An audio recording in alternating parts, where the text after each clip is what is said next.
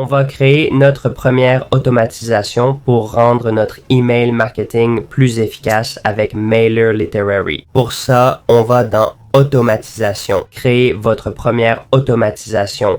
On clique sur Créer et là, on peut choisir un modèle ou partir de zéro. Comme vous voyez, on a plein d'options intéressantes à explorer. Par exemple, un simple email de bienvenue pour les nouveaux abonnés, des promos pour réactiver les inactifs, rediriger vers de nouvelles offres, lancer des promos, vendre des cours en ligne, un message d'anniversaire comme Twitter le faisait peut-être sur votre page, enfin un peu de tout, ou même l'achat d'un produit spécifique lié à l'e-commerce. Bref, vous allez choisir un modèle. On va voir comment ça marche. Mais si tu veux faire une automatisation de zéro, c'est pareil, juste en ajoutant chaque section. Voyons comment fonctionne l'accueil simple. Ici, on a un aperçu. C'est très simple. Quand l'abonné rejoint le groupe, un email de bienvenue est envoyé. On choisit le modèle. C'est à peu près pareil pour toutes les automatisations d'email. Et d'abord, on a un déclencheur qui active l'automatisation. Ça peut être quand un abonné rejoint le groupe, achète un formulaire, clique sur un lien, on a différents déclencheurs.